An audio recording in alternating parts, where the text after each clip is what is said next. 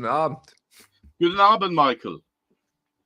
Look, who do we have here? We have Thunderbird, we have Drum, we have Daniel, Bart, Burdett, David, Justin, Stephen, and Winston so far. Well, quite a few usual suspects, I believe. Yes, lovely. I like as you British, is it correct when I say splendid? Splendid is a word that we use over here. Yes, it's a very British word. So it's splendid to see everybody this evening. Look, we've got Manch, we've got Cal. Oh, and I've got a delivery of beer. And you go delivery service. Michael, that's the new thing: beer delivery to my hand on cool. On the fly. I should quickly show the beer. So look, this is a little I've had this one before. It's a Sound Machine Groove Daya, 8%. Quite a big can as well. Drink fresh, keep cold, please recycle. And I believe it's vegan as well. These beers, they're so on trend at the moment. Vegan. Oh, yeah. Okay. Yeah, I know, it's crazy, isn't it? So yeah, very, very good for you, Michael. These, yeah, very good for you. See, Manche, what a delivery, David. Nice beer service. Everybody's saying nice beer service. That's quite funny. Hello, Heike, Carlton, Manche, we already had Raw, Jeremy. Oh, we got a good crowd, haven't we?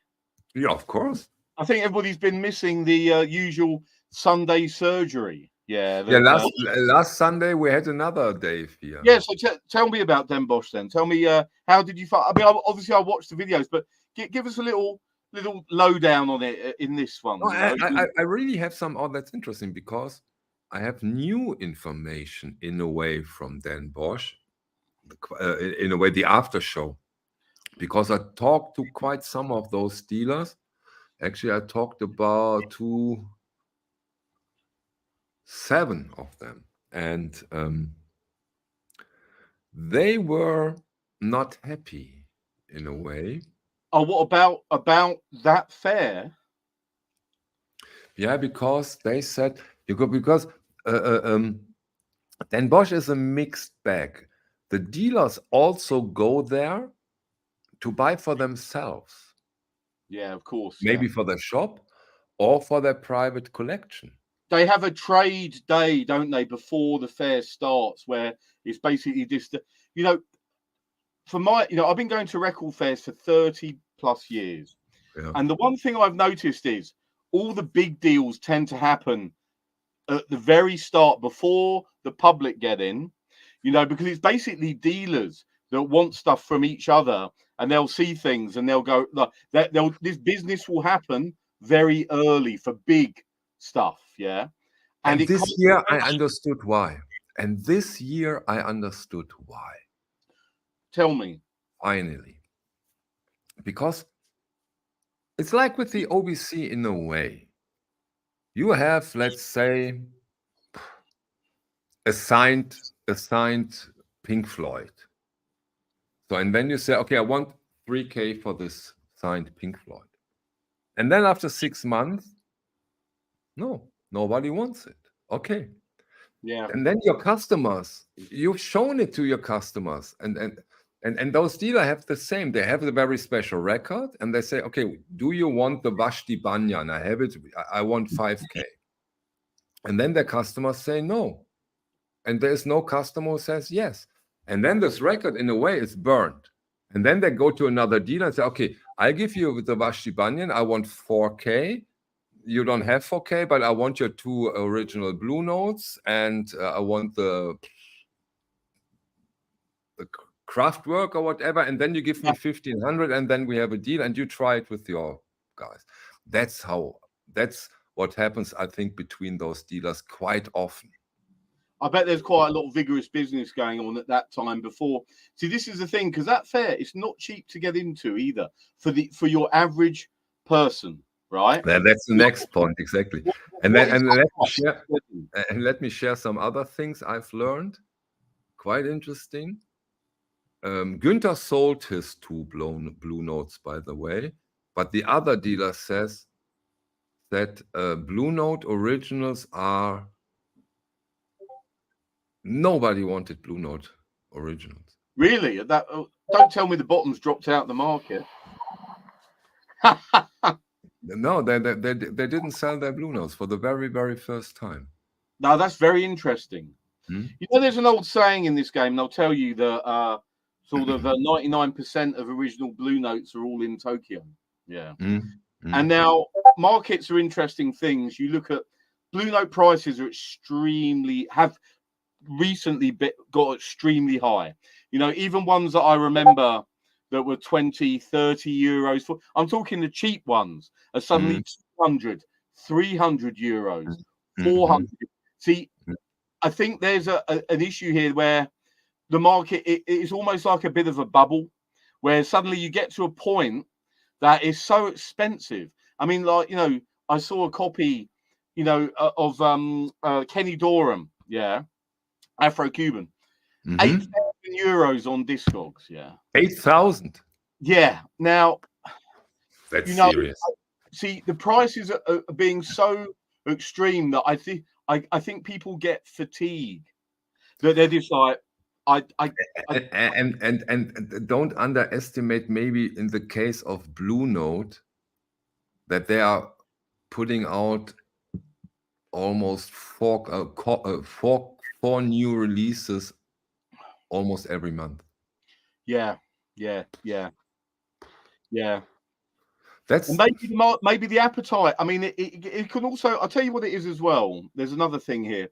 It can also be dependent on who turns up. You know, if you have an expensive record, you know, you've got to have the person that's turned up that's willing at that time to pay that money for it, and that isn't all the time. You know, that might be. You know, you never know this, so it's possible that maybe some, you know, some people, it just wasn't they weren't, the big buyers weren't there for the big jazz. You know, maybe it was the progressive, maybe it was the rock and pop. You said that there was that really expensive, was it a progressive album? Mamange asked for it, not 15, 50. Oh, 50, yeah. And that was yeah, it wasn't prog rock record. What was it then? Don't ask me. It's probably some sort of private. You know, I will try and figure it out which one it was. So don't. You know, I have a good idea about extremely rare records. You know, I operate a bit at that level with different things, but something like that, it was probably some sort of very rare private pressing, very small. You know, yeah. See, Justin is completely correct. Yeah. There's a level, a sort of a threshold of price fatigue where it just simply becomes like, oh, I can't, you know, even if you're a big buyer, yeah, you just think, no, you know, you kind of just tired of it. And we all have to be very careful with this, you know, because it can happen. And it's not just originals we're talking about. I'm talking about all the new stuff as well. You know, there's some signs out there at the moment that there's a bit of saturation going on, right? And I see all of this. You know, I talk to people about it, and it's interesting. You know, we love what we do. You know, all the guys here, we love it. But you know, there's a bit of fatigue potentially. Maybe you saw some signs of that at Den Bosch, yeah? Maybe. Yeah, you know, in my opinion, there is something explosive in the community of record collectors, which I see for a lot of months now. And one quick thing I'll just say as well, it's very important to say it. We've got to remember about the economic factors that are going on behind the scenes at the moment with interest rates and stuff. So that will have a influence on all of this. But of course it has. But what I wanted to say right now is that I see a lot of frustration there, because a lot of people got into vinyl decades ago because vinyl has been so cheap. That was the only reason why they went into vinyl, because I could get it all of a sudden for 2, 3, 5, 4 euros or Deutschmarks or whatever. And these times are over, and they are really pissed about that.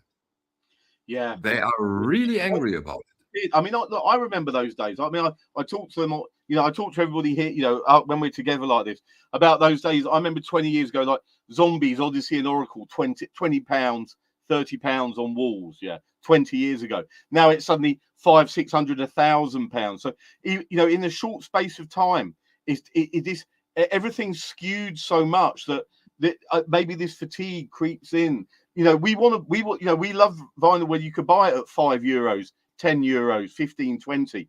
And a lot of those albums now, they're 50, 75, 100. Yeah. And this is, you know, it's a difficult. Look at Talk, Dave. Look at Talk. Look at the Pet Shop Boys. Those out, yeah, you're right. I mean, those were cheap. You know, we used to be able to buy those here, €2-3 equivalent, €5. Yeah, seriously, but you know, 10, 15 years ago, you could do that. Now you can't. Suddenly, everything's gone a big shift up. Yeah, and the base starting is much higher than it ever was before.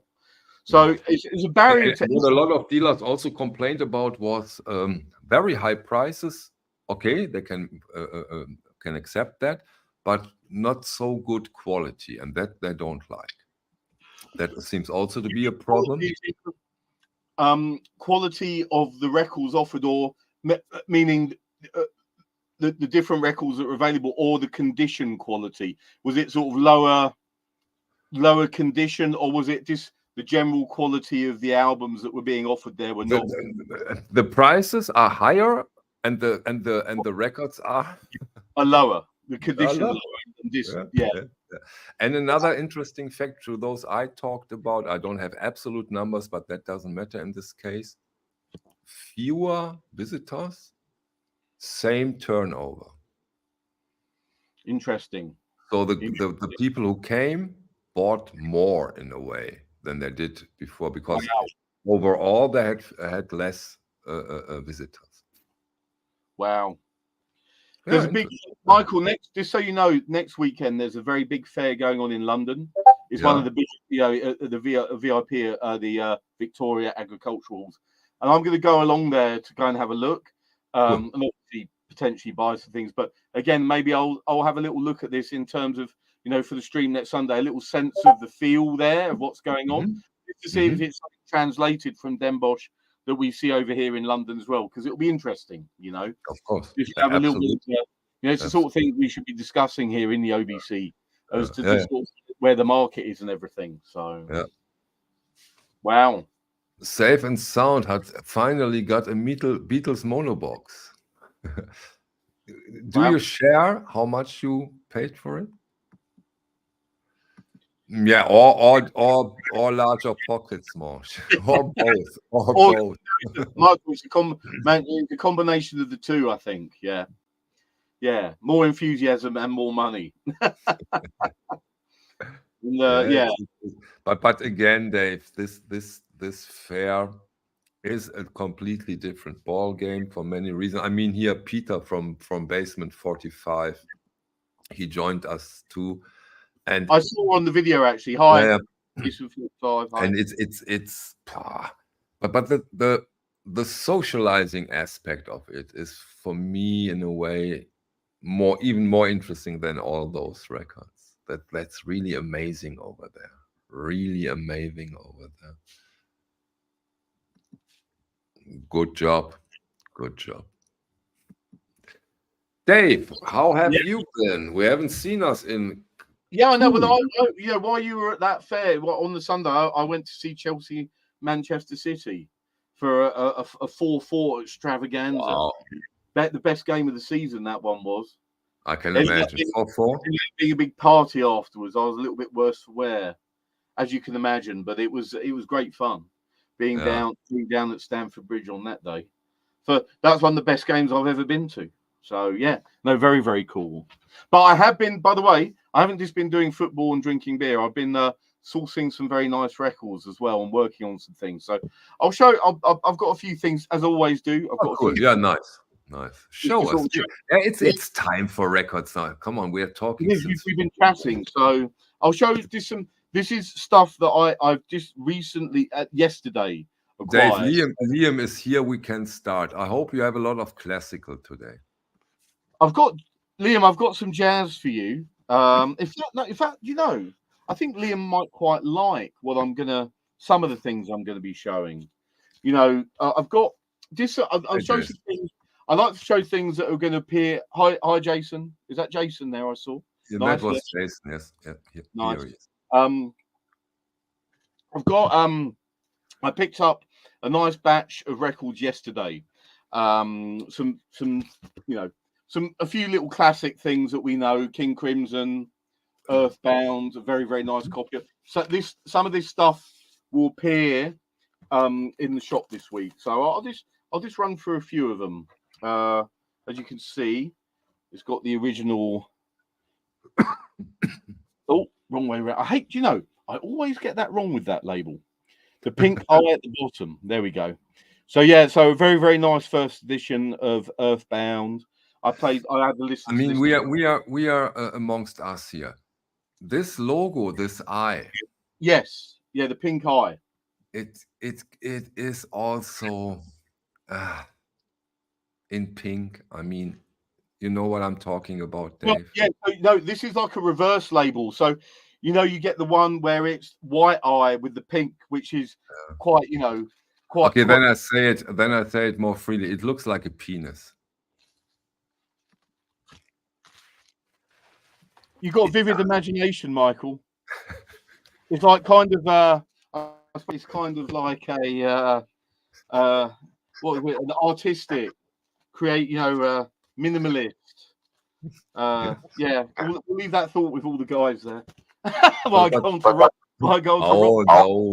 you will have a lot of fun for this one, Avalon. Yeah, so Avalon, I've got to say, this is an album, that I've listened to a lot more recently, and I really, really, really like it.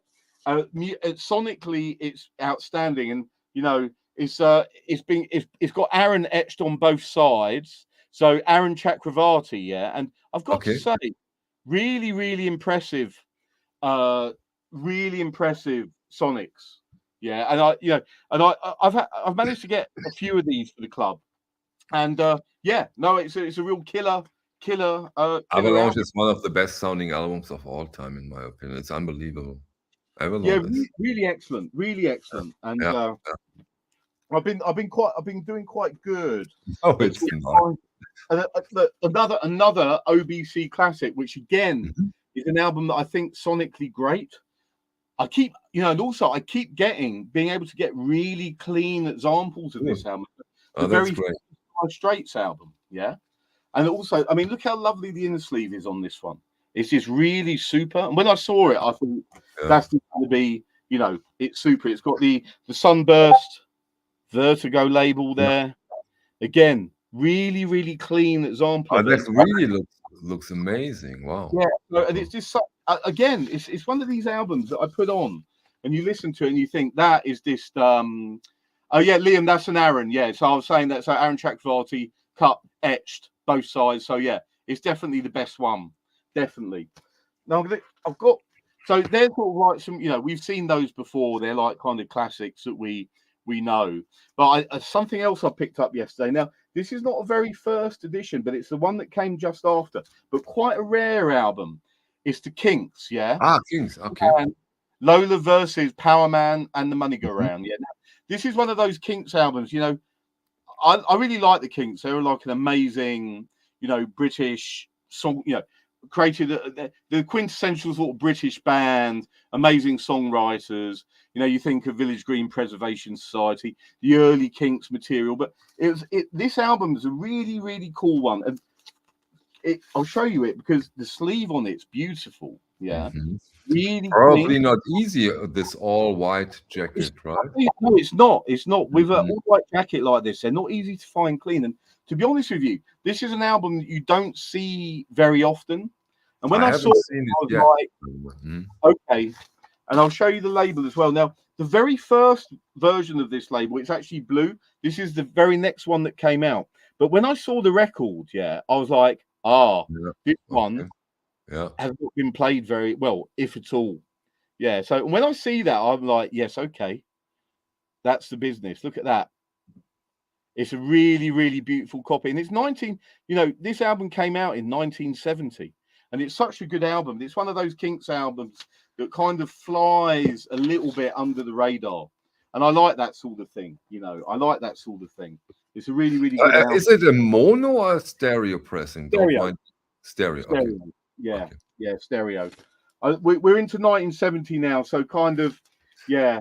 So that's right, man. So the first one has blue. This is the one that came out immediately after that. You see, so, but because it was so clean, it was like near mint. I thought I can't. Yeah. I'm not going to leave that behind. So, also, I'm going to get in. We're going to get a little bit more serious now.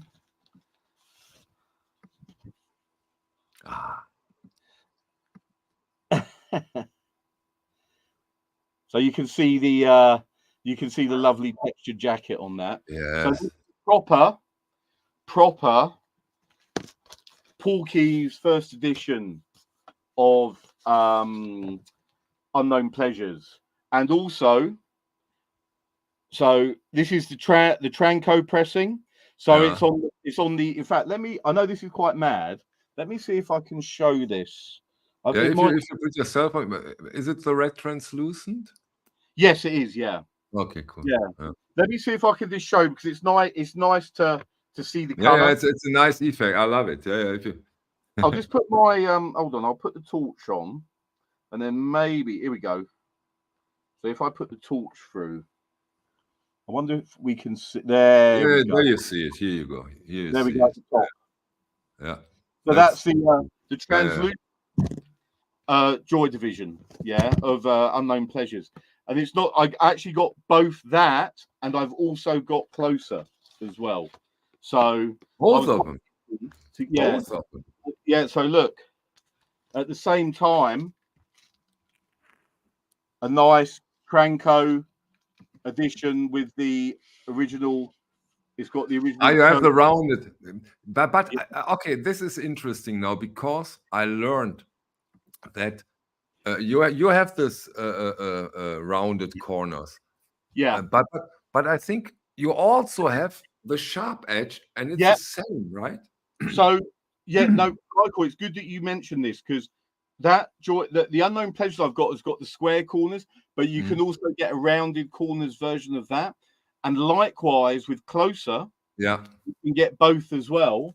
And also with the Tranco pressings, there's two you get the variants. So you get the blood red ones, the translucent. But you also get opaque as well. So you get both, Exactly. And it doesn't. It's not that one version is more rare than the other, right? So it's the same, right? No, I don't. I don't say what one version's rare. They're all original of the original year of issue, so I don't really have an issue. I mean, look, people when they see this, they like it. They get excited. Yeah. Exactly. I mean, look, I get excited when I see that. I'm like, oh yes, this is it's a lovely Tranco translucent, blood red vinyl. You're gonna buy it, but I think the translucent is rarer. I'm quite sure it is. Maybe I think if I've seen more Unknown Pleasures than I have Closer, and I would say to you that I've probably seen more opaque black vinyl Unknown Pleasures than I've seen translucent. So maybe you could be right there in terms of what the availability of them. And it's interesting because with the Unknown Pleasures, there's other versions as well. And I still think that the Tranco one for me is pretty much the benchmark. It's just something about it. It's just lovely. So so that was quite a find to get both of those. They are out there in the UK, Michael, still, which is a good thing. Of course. They still turn up. Let's see, what else have I got? I've got Oh, that's interesting. Did you know that? I didn't know that. That's interesting. Rawhead Jim, the She Lost Control 12-inch 45 also comes in dark red. Cool. That's correct. I've seen that. In fact, I did. Rawhead, you're right. And I did put one of those into the shop, I believe, because again, I always check them, and there is a Tranco translucent of that 12-inch as well. Nice. Yeah, very great. Yeah, they're great. Obviously, it's great when you find them. two more interesting albums here. Talking Heads. Talking Heads, first album there. Nice. Yeah.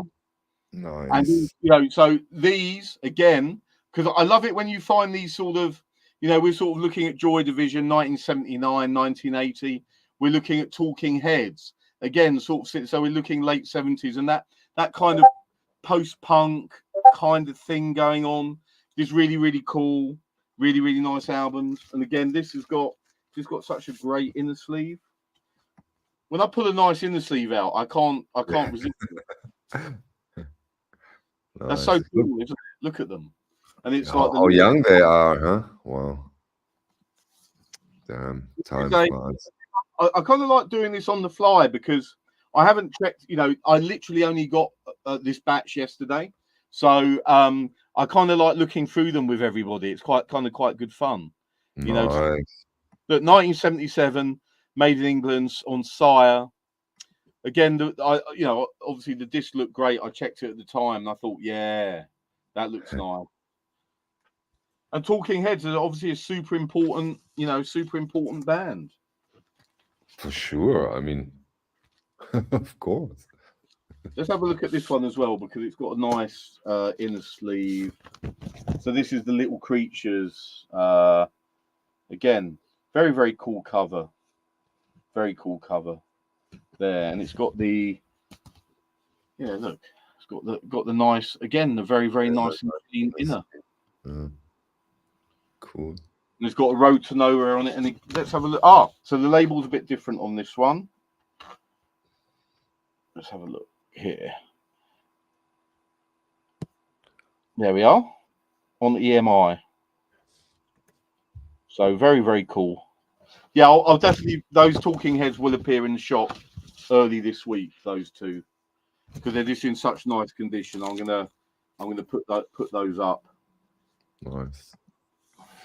You know, those are very popular titles, right? The Talking Heads, the Roxy Music, of course, the Joy Division. Although a little bit more pricey, of course. Yeah. You know what I mean, Michael? There's kind of, you know, I'm very broad with stuff that I find and look for, as you know, I in all different genres. In fact, I'm going to show again some different things now because that's all I kind of see that sort of classic rock and pop, post-punk, new wave, that scene. You know, this is all stuff that people love. But I do like, you know, I'm going to show you some records now that I got into a little batch of reggae and dub. Yeah. So this is where we're going to go a little bit off piste. So things like this, look, African dub. Yeah. Look at this. Almighty Chapter 3. Now, it's hard to find dub records in good condition. Yeah. With nice sleeves. This is an original. Yeah. And it's on Lightning Records. And it's super nice. Yeah. Look at that. What year are we talking here, Dave? This is 1977, I think. Okay. Sorry, 1978. Nearly there, 1 year out.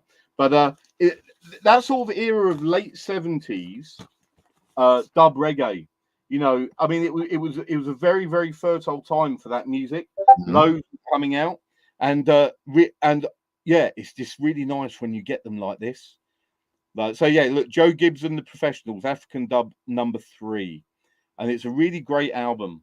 And there's actually a contact of mine that just got this little batch of records, and I was like, oh wow, look at how clean they are, because dub records got played a lot. You know, they got played, you know, at parties on sound systems, and you'd always see it with the sleeve condition. They always turn up a little bit battered. And as soon as I saw a sleeve on this, I was like, okay, nice, of course. It's really nice. And the other ones as well. I've got 5 here to show you, and they're all from this same collection.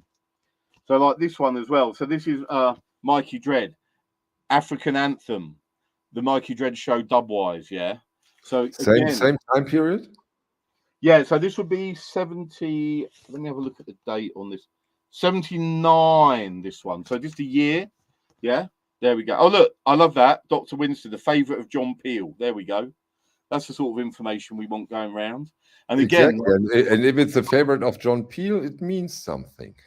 well, it means it's going to be bloody good, doesn't it? Because he didn't, you know, John Peel as a curator and as a tastemaker was so important. And yeah, I mean, again, the labels on these are beautiful. Look at that. Look at that. Dread at the controls. African anthem. Mikey Dread. It's just so cool. Nice. So cool. Beautiful. Distributed by Dub Vendor. If you see that at the bottom, Dub Vendor. Yeah, so that was a shop. I know Dub Vendor. They were a shop that they're around in Notting Hill. So part of that whole scene back then, you know, there was a huge Caribbean community around there, and these records, you know, it must have been such a crazy place to be about with all this music going on. Dave, before you go on, just something off topic that just come to my mind. I remember here in Germany it was Fridays, BBC. Was it BBC Two where John Peel had his show? He was on radio. Yeah, so he was a radio. He did it. Yeah, but it was BBC Two, right? Yeah, well, BBC Two were very good when it came to music. BBC Two were the sort of place that you would go because there were some great old shows on there, and so you know there was sort of like the late night shows where you get to sort of see some more of the sort of how should we say alternative music that was available. Exactly. Do you know? Is there a possibility where you can listen to those old John Peel shows? Well, yeah. I mean, the way where I do a lot, you know, on YouTube, where we use now, is a great place to do discovery for a lot of this sort of old thing. Yeah. So what you can do there, you can actually find shows. And I was actually doing this with the Future Sound of London because there were these radio broadcasts they did in about 91, 92 on Kiss FM. And I found them on YouTube. Someone uploaded them. Yeah. And it's amazing. Yeah. And you would find, you know, these old John Peel sessions, they're out there. Yeah. And people have been uploading them. Yeah. So it's a great, yeah. I mean, as a music maker, I mean, I remember listening to him on the radio. Absolutely. And, you know, it was, you know, he was so important in, you know, in the sort of formation of bands, and he was pushing bands through. You know, and you've got to remember, he started really early as well. You know, he's in the like the late. He was one of the main forces of Pink Floyd. Imagine So in the 60s and then through the 70s, but very much into the late 70s and then into the early 80s, and then that whole alternative scene that happened. He, you know, all the way through. You know. I agree, of course, Winston. But that's not what I'm referring to. I really would like to hear some of the radio shows. I uploaded, by the way, you know, to the shop. I put all the Wedding Present was one of John Peel's favorite bands. I put all their albums up in the shop, including the Peel sessions. And he was one of their Joy Division, Dave. Joy Division. Oh, yeah, of course. Specials. I mean, he was so important over here, and obviously, you know, not just around the world. You know, as one of the real, you know, real forces behind, you know, I say modern music, but you know, alternative music and championing small bands, and bringing them through to a wider audience. Some of his favorites also came from Germany. You know, later on in the 80s, he was a huge fan of Propaganda. Do you remember Dr. Mabuse? I do know the name. Yes, I do. That really. Wow. Yeah, he was a huge fan of. He really pushed them. So we got to put. In fact, I'm going to drink my beer. Just do a little salute to John Peel. Do you know what I mean? We should do a video about the music of John Peel, Dave. That would be a good idea. We should do one. I'm very keen. I've been doing loads of Warp stuff in my head recently, and I've got to say, Michael, let's do our Warp special. I'm just in the mood for it. Yeah, we should. It's close. It is. I just feel it's the right time for it. Okay. I'll throw a few more of these dub albums because some of them are really interesting. I've not even had a chance to listen to all of these yet, but I just know that they're good. Yeah, like things like this, the Iroy, World on Fire. Look at this cover. Now this is on the front. This is on the Virgin Frontline label, and again, Virgin's an interesting one to mention because Virgin Records were very, you know, along with Ireland, and you know, we've got all the smaller labels. Virgin were very important in their in pushing, you know, pushing reggae and Nice. rock steady and these other, you know, musical styles that came over from Jamaica and around there.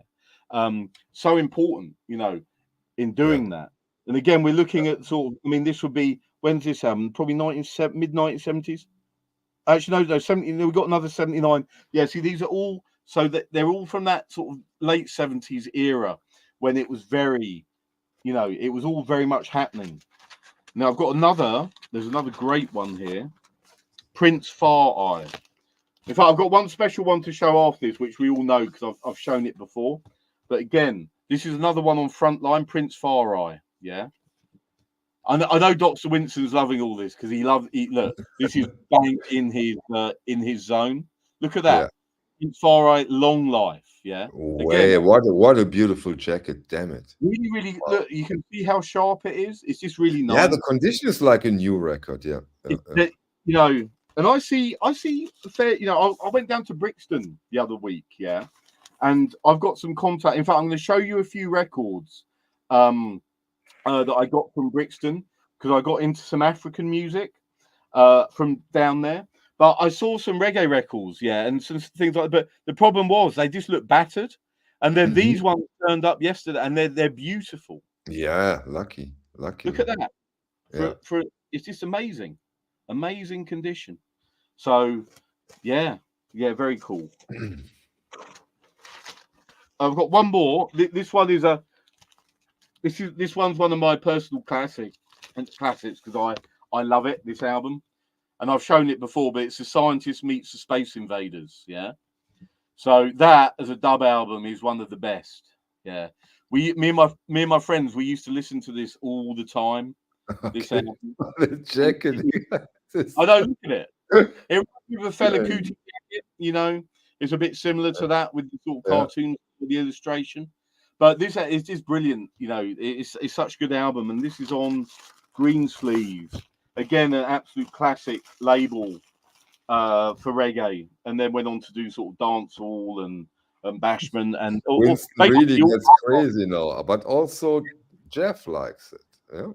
But again, look at the condition on this. Yeah. Now, this is an 80s one, right? So this will be 1981.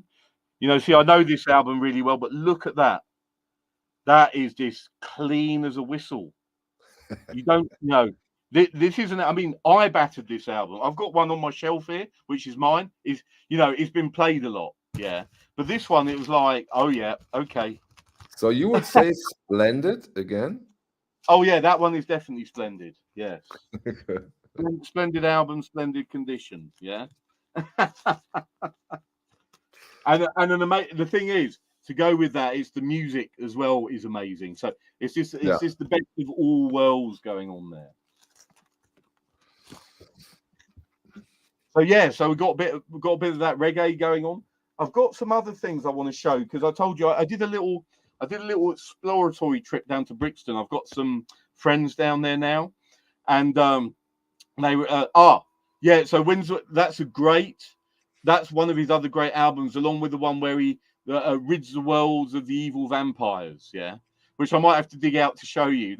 The album titles are amazing in their own right, but yeah, Wins the World Cup is a brilliant album. Yeah, I mean, Scientist did a lot. He was quite prolific. It's important to mention he was actually a mixer. Yeah, so this song again raises an interesting question, and I can tell you because it really feels amazing to win the World Cup, Dave. Well, we're gonna have to see what. Yeah, we got the Euros coming up next. In fact, the Euros, aren't they in Germany? They are. Wow. Luckily, that means we are qualified. Yeah, we lost against Turkey yesterday. I mean, don't say that. I didn't even see the results yet. I haven't looked. Can you show some records, please? Of course I can. No, I just want to get on the. Hold on. So what's happened to your team? Have they fallen apart? No, not really. But show some record. Okay. Right, so we've gone from sort of OBC classics like the Dire Straits and the Islands and that. Now we're going to go really deep off piece, because when I went to Brixton, I managed to get my hands on some crazy African records and stuff that I've never seen. So people will know that are into African. This label Aphrodisia, you know, you'll recognize this if you see there. Yeah, that's the logo of it. And this was a Decca sub label that they did specifically for African music. There's a lot of fella Kuti records on Aphrodisia. But this one I've never seen. You know, I was there. Look at this. IK Dyro MBE and his Blue Spot band. Yeah, I mean, look at him. This is going to be. I've not even listened to this yet, but I know. But this is something where we talk from the beginning of the OBC when we talked about African records, which we did quite often due to Fela Kuti. Yeah. Are those one of those insane, rare, and hard to find records? Well, I've never seen this record. I'm not saying that it's not one of those ones that's potentially going to be worth thousands. It's not that. But the thing is, I know for a fact that seeing any Aphrodisia record in any sort of decent condition, which I'd say this is, because if you look, the sleeve is really nice. Yeah. And these sleeves, they got African records. You can't use the same grading scale as we do for everything else, because they just don't, you know, if a sleeve ripped to pieces, that's actually like near mint for an African record, because you don't get them like this. And what was interesting, look, it's got the original Nigerian inner sleeve as well. And I spotted this because I've seen these before on Fela. You know, as you know, I've got an awful lot of Fela records, and it's just lovely. I saw this. Look, it's got at the bottom with compliments of Record Manufacturers of Nigeria Limited. And that's a proper African Nigerian inner sleeve. And then you've got the famous, and this is where people will recognize it. We've got the famous Aphrodisia label. You see? Yes. Now this is 1978. Now I'm going to have a good old listen to this. I mean, I've never ever seen this record before, but I never even see Aphrodisia records turn up in the UK that much these days. They're really rare. Yeah, really rare. So when I saw this, I was like, okay, I'll buy that immediately. I didn't even listen to it in the shop. I just thought I'll just take it, you know. So Captain Phoenix would like to know, where are these pressed? Can you get a little... In fact, we'll do a little discovery on this together, because I know that a lot of Aphrodisia records were pressed by Decca here in the UK, but this one is different. Yeah. Now, if you look at the bottom of the label here, let's just go see if I can get it. See that Decca West Africa Limited. Now, from my personal knowledge on this, I've seen Decca's where I know it's a UK pressing. So with some of the Fela records, it will be an Aphrodisia, and I can tell that it's a UK pressing, but pressed here for the Nigerian market. This one's different.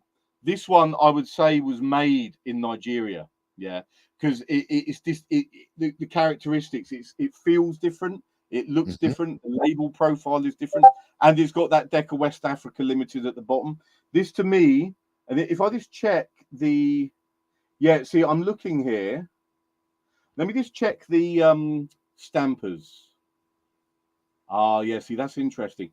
So this doesn't even look like, so this is not stamped like a normal Decca record. It hasn't got the usual, you know. So I can tell this is, you know, this is definitely one that was made in Africa. Yeah, definitely. Yeah, cool. Yeah, that's a different. No, and I've got to say, this is interesting because it's the first time I think I've seen lots of British Aphrodisias, but it's the first time I've seen an African Aphrodisia. What year are we talking here, Dave? I don't know if you have mentioned it. Or this would be 1978. 1978, yeah. And I'll tell you something, Michael, on this, there's some very, very, I mean, I know Justin knows quite a bit about this because we've had some, see, it's good that I like it when Justin comes up because he gives some extra information here. So you're right. I've only ever seen, likewise, Justin, I've only ever seen that in the sleeve on original Nigerian records. and whereas the UK Aphrodisia records have UK in the sleeve. So totally correct. Anyway, yeah. So that's an African Aphrodisia. I'll let you know what it sounds like. But I've got others here. I've got some other rare things here. K Frimpong. Yeah, look at this. This is mental. This is the best condition, but I bought it anyway because I just want to have a listen because he's an African artist that I'm really into. So again, very, very cool. Very, very cool. Yeah, very rare. Yeah, and again, let's mention it again so that there is no misunderstanding. For an African record, this is an amazing condition. I've again saw quite some copies over at Den Bosch, and did you see a lot of African records at Den Bosch? not a lot. Some, you know, there are specialists over there, especially one from France. He is unbelievable, interesting. You know, a lot of African records turn up in France, and I think that's to do with immigration, with a lot of Africans moving to France. You do see African records showing up over there. Yeah. And that's, you know, it's obviously a good thing. But I'll be curious at Den Bosch because, you know, I don't see, you know, fellas getting really rare to find now, particularly originals. You know, I used to buy them, you know, thankfully I started 25 years ago buying them, right? And every time you saw when you bought it, right? Yeah. And I didn't think at the time. I thought because I was just, you know, it's like a lot of us, you know, we buy records because we're into the music, and that's what I did. Yeah. So, I'll just show the label because this is mad. This record, you know, I've been looking into this, and this is actually German. Oh, and it's German, Michael. It's German only. Look, pressed by Teldec. Look at the top there. Okay. And Teldec. GEMA. You also have GEMA there. Yeah, yeah. This is an, you know, and again, I think in Germany, fella had a big following over there. You know, and African music is interesting. There's France, Germany were really into this, and in the UK as well. But I'd say there was a bit of a thing going on, and that's why, you know, this is an original K Frimpong album, but pressed in Germany. There's not a African version of this, right? Okay. And I found that really interesting. I looked into it, and I was like, in fact, there's a French one as well. So it was only pressed in France and Germany. This record, yeah. And his original records were pressed in, obviously, you know, in Africa, in Ghana, and in Nigeria, some of them. And I'm going to go. I'll show you some more because I've got some sleeves now. We're going to get into the old. These, to me, this looks like a silk screen. Look at that. That's a silk screen Philips cover. Philips, the logo. Wow. You can feel the you know, the way this printing's done. That's you have this roughness, this certain roughness, right? Yes, it's got that. Yeah. It's got that. And you can just tell by the look of it. Now, Sweet Talks, that you know, again, they're one of these African bands that have a following. They're not, you know, they're not big like Fela or some of the other sort of real big, but very good. And I saw this on original Philips, and this, I believe this is Ghanaian. And Philips were very, in fact, this is definitely an original. Look at this inner sleeve. That is a mad inner sleeve. Look at the fold over, how wide it is. Look how it's stuck. Totally different, right? That is pure African inner sleeve going on there. Right? See? Nice.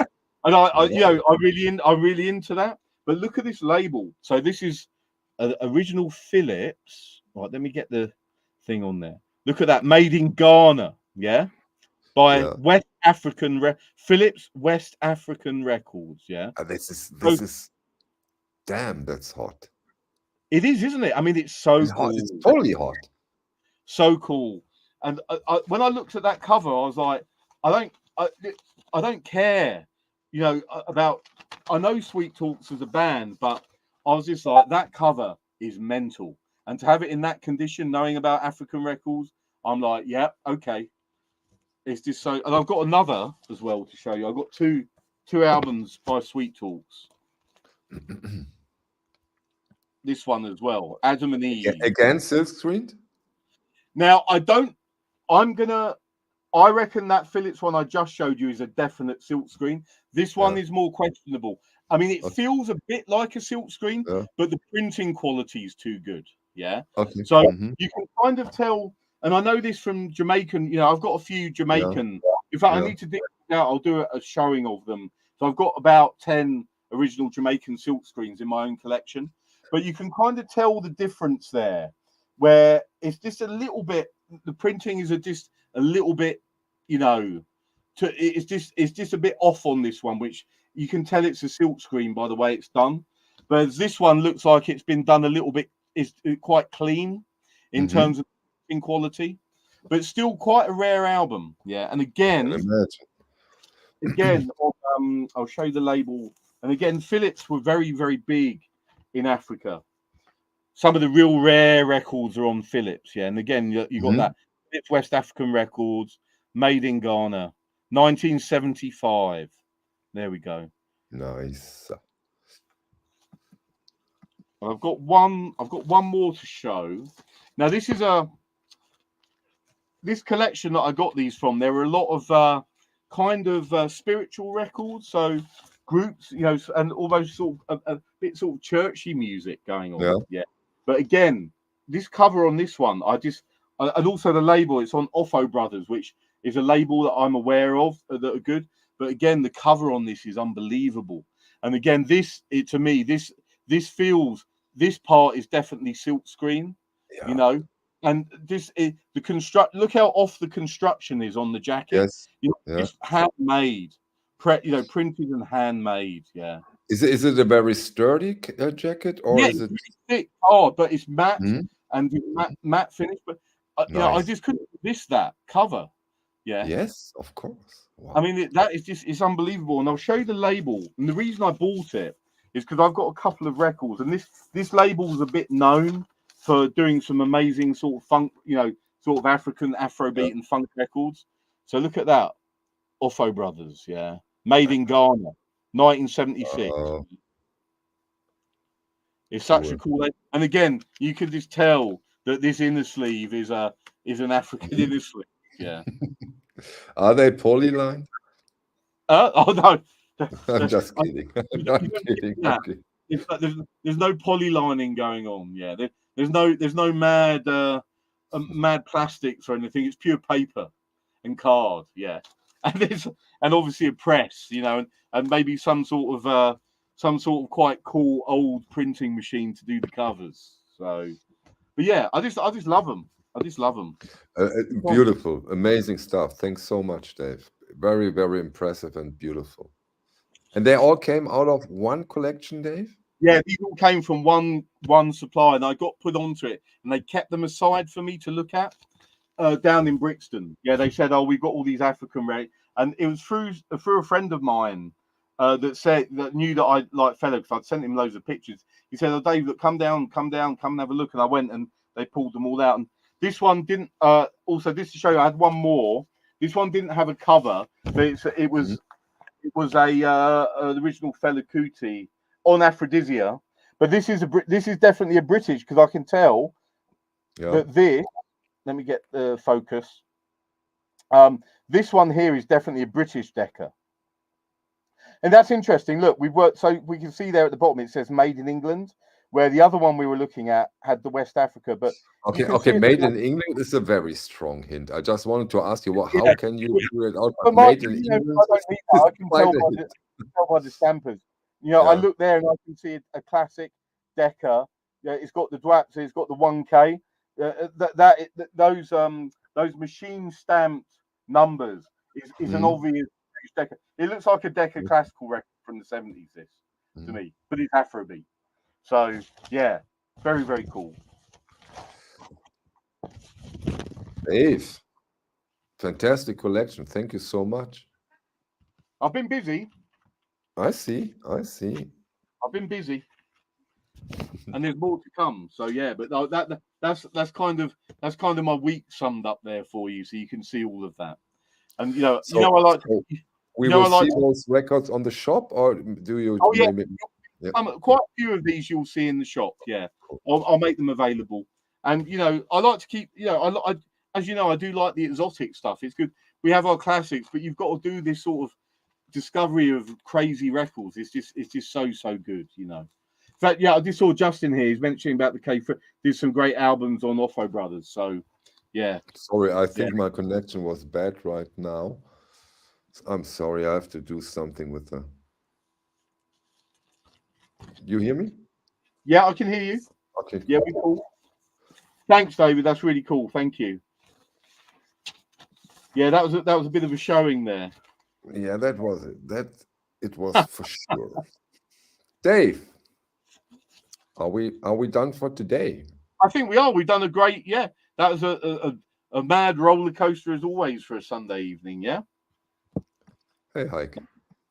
It was amazing. Thank you so much, and we see us next week. We will. Lovely to see you all. Cheers. Bye. Bye.